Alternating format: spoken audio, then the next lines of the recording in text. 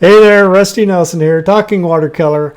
I think it's episode 6, season 2. I've been on YouTube for just over a year now, so welcome new viewers if this is the first time you've jumped into this podcast, this vlog. And what I've been doing is providing watercolor and drawing tutorials similar to what I do in my classes up at the university. So these are definitely projects and demos that I typically give my students when they're taking my classes up at the school. So welcome, and I'm glad you're tuned in. I hope you're interested in learning about drawing and watercolor because we do a lot of different things. Since this is my second year doing tutorials on YouTube, I'm treating the new year as kind of a start to a new semester. So I've been kind of rolling back to some really fundamental basic demos on drawing, basic shapes to create 3D forms, value, mark making, and then also doing some basic shapes with watercolor, some really fundamental basic still life tutorials using circles to create spheres which look like tomatoes or pears or apples and things like that. And, just basic exercises that are going to bring your skills up to speed. And you can see how I do them in my demos.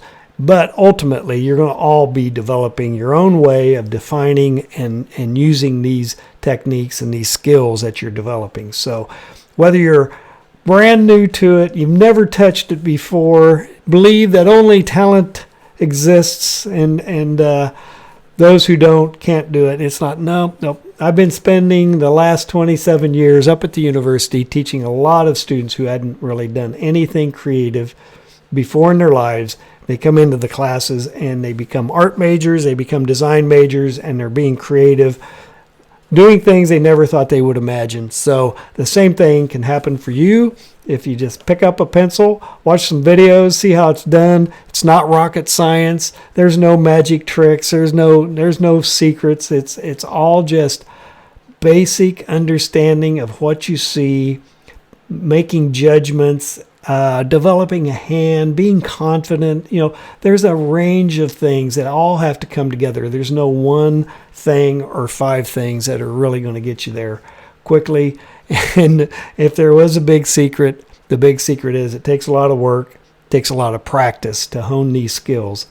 But it's doable. You just have to be persistent and be willing to put the time in and develop those skills and let them get better each time you put a piece of paper in front of you and get a pencil out, get a watercolor brush up, make something and make sure it looks better each time you do it. Anyway, that's what we're doing here on this channel, and I'm here to do it. And then I also kind of let people know what's happening for the coming week. So let's see what is happening this week. Monday, I dropped a tutorial on drawing heads with the Reilly method, and it was a real quick how do you apply all the facial features to that overall guideline, the structure that the Reilly method teaches. And I'm hoping it looks better than the ugly heads I drew with my Loomis method tutorial, but we'll see. And then I think on Saturday, I'll be posting another real simple still life tutorial using basic shapes. Again, we're still trying to kind of grow our skills working with the 4 states of watercolor and the 3 stages of watercolor. So the 3 stages, color blocking and getting all the color into proper spots. Stage 2 is saturation and finding the big shapes and defining everything a little more intently. And then stage 3 is the detail, textures, structure, all of that stuff that really pulls the piece together. So that will be dropping on Saturday. And then I think next Monday, or I guess this is dropping on Wednesday, so this coming Monday, we're going to be using the Reilly method, and I'll be trying to use a piece of reference of a person's head, and we'll apply the Reilly method into maybe a 3/4 view head and see how well it works in helping define and catching I'm going to try for a likeness. If you've watched any of my previous tutorials on drawing and faces and stuff, drawing a person's face and using these methods it's not terribly complicated. It does take a lot of practice, but to catch a likeness, you do have to get a lot of your measurements correct and locations and relative positions and everything in position. I'm not a portrait artist, and I really do admire artists who can take and work with these methods and are able to create a likeness. That's an impressive skill. Comic book artists, graphic novelists, portrait painters, they all have that ability. And it's just sheer determination and repetition. I always tell my students up at the university that repetition is your friend. It helps you to hone your decision making, your eye. You can get better at measuring things, because if you notice somebody who's really good at it, they don't use a ton of guidelines like the Reilly or the Loomis method. They have internalized it. They have practiced it so much they know where stuff is mentally without having to draw it on the paper. So if that's what you're hoping to do, that's what you have to do to get to that point. So anyway, that's the things that are coming up. I did get called out on a couple of things. Let's see, it was I think it was that quick little tree tutorial, how to paint a tree. It was maybe about a month and a half ago. It wasn't a very long tutorial, maybe about 15 minutes long, but I had misspoke in that tutorial, and I didn't catch it when I was editing. That I had said the exact opposite. I mentioned that Arch watercolor paper was a student grade paper, and I certainly didn't mean that in any way. It's an expensive watercolor paper, highly expensive, and it's really good. Stays wet and damp for a long time, so it gives you a lot of time to work with your various wet on wet and wet into dry techniques and things like that. So yeah, Arch is the expensive stuff. Get your wallet out. Take out a loan. You're gonna need to if you're gonna be using Arch paper.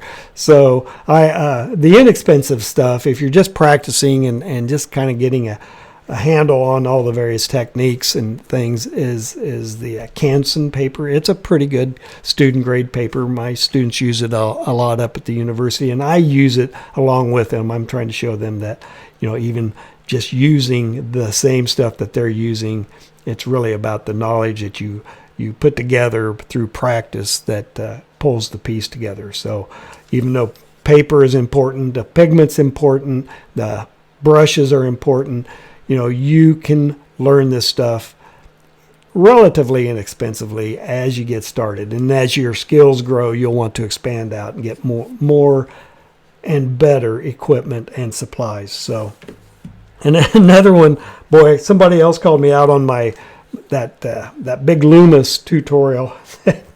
They were giving me crap about the fact that I didn't have the lip just about right where Loomis is stating where it should be.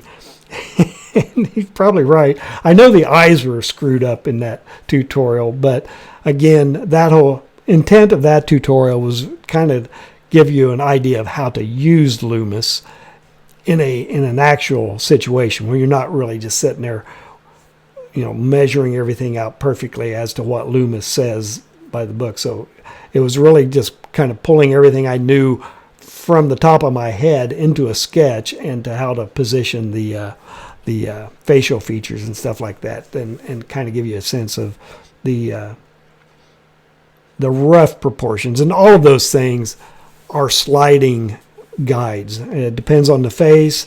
The proportions of everybody's face are just slightly different, and that's what makes all of us so unique, is the difference there. So being able to slide those positions around where the nose goes, where the eyes go, or does a person have wide set eyes, narrow eyes, long nose, short nose, long face, fat face, things like that. They're just guidelines and they're to give you. So if you really want to know the accurate statements and training that Loomis teaches, go to my website. Links are in the video's description, and download the I think it's Figure Drawing for All It's Worth and Drawing Heads and Hands. I have both PDFs out there. I'm not sure I don't think the Drawing Heads and Hands is the complete PDF. I think it's maybe about a third of the book, maybe a half of the book. I downloaded that from archive.org quite a while ago. I would hand this out to my students when they were taking my figure drawing class. So they're good resources, and you can go in and get all of the accurate information, even though I was pulling it out of my butt when I was drawing it. And trust me, if I'd have ever imagined that video would have gotten 625,000 views, I would have done a little more prep work and brushing up on my exact knowledge of doing Loomis. But again, like I said, once you've gone through it and learned roughly the fundamentals of what the structure is for a Loomis head or whatever, even the figure, you're not there trying to remember everything that he wrote in the book at that point you're sketching. So it's an accumulation of knowledge as you go through it. So at some point you'll reach a point you're not quite sure how to draw something. That's when you can go refer to the book and get the techniques that he developed that will help solve your sketching, your figure problem, your facial features, whatever. So I'm sorry if I didn't get the things in exact position according to Loomis. That's on me. But like I said last week, I think I was talking about the fact it's a good semester. I've got teaching subjects that I'm always interested in doing. Digital painting, digital illustration. I've got my 3D modeling class. I love it. There are those creative rabbit holes I love going down. I love the technician part of it, going in and learning the software and making that software do stuff. So, but again, I'm old enough that I was trained in college pre-computer. Everything was by hand, and I worked for about 5 years in graphic design as a designer in a traditional sense, though the way they used to do it, sitting at a drafting table with X-Acto blades and markers and rubber cement, waxing down copy and pasting it to mechanical boards and things like that. So it's kind of a nice skill set that the youngsters don't really have anymore because everything is digital and they work in such a virtual world. So, but it is a fun area to explore and work with. I think, let's see. Oh, and yeah, me making mistakes when I'm doing demos, where I'm sitting there drawing and I start focusing on trying to get my drawing to look right. My mouth, it can't keep up, or my mouth is flapping faster than my brain can keep up, which is, I'll have those senior moments where I'll say the exact opposite of what I mean. So let's see. I had a couple other questions. Let's see here. Oh, I know what it was. I had somebody ask, can you spray fix your drawing before you start watercoloring? And you don't probably want to. I guess you're trying to preserve the structure of the drawing, thinking that once you start watercoloring, the pencil's going to go all over. And that really doesn't happen. I've never seen that. I've seen it when I was painting with gouache more. I'd have a drawing on my illustration board and I'd start painting with gouache. And how I painted with gouache is a pretty labor-intensive, lot of scrubbing and pushing the pigment around, and I would lose the drawing. So with gouache, I started laying down the drawing on my illustration board, and then I'd actually coat the board with a mixture of gesso and matte medium, about a 50 part water, part gesso, part matte medium. Mix that together and then coat my board, and that would seal the drawing. But it also kind of creates a barrier for the paint to soak in. So it lifted really pretty nicely because that's what I was wanting it to do. I worked pretty much a negative manner, lay down a base color and then pick it out. But you could do it with a watercolor. You could try it out. It doesn't hurt to see what it does. I've never done it. Mainly because the drawing normally stays set. I've never seen it lift off. I don't do that much picking when I'm watercoloring. So, but if you do a nice drawing, really all you got to do, like I have this one right here, really all you'd have to do is get like a kneaded eraser. If you're worried about it, the tone of the graphite affecting the purity of your color, you could just take a kneaded eraser and just lightly erase the drawing. You're still going to be able to see the drawing, and you'll be able to then add the watercolor in and keep the vibrancy to the water. So give that a whirl, see if it works, and try it. Try different things. There's no right or wrong way. It's just what you're going to figure out and how you like working. So I've never been a purist overall. I've always had to be doing a range of different techniques and styles. As a graphic designer, if I was illustrating, I would oftentimes have to be matching something or something else. So I was always open to other techniques and ways of creating an image. So I was never too dogmatic about I only paint in a certain way. So now, stylistically, that kind of evolves to the point where you're kind of, and I'm fighting that right now with my watercolors too. I have a certain way of, I've always been, I started out as a very linear artist. I started out drawing all the time, and then that evolved into painting, and I brought a lot of my drawing habits and knowledge into my painting. So a lot of my watercolors I'm striving to loosen up. So anyway, hey, I have gone on too long. I think I better start wrapping this up, and just look for more watercolor still lifes using basic shapes to create form and play with color.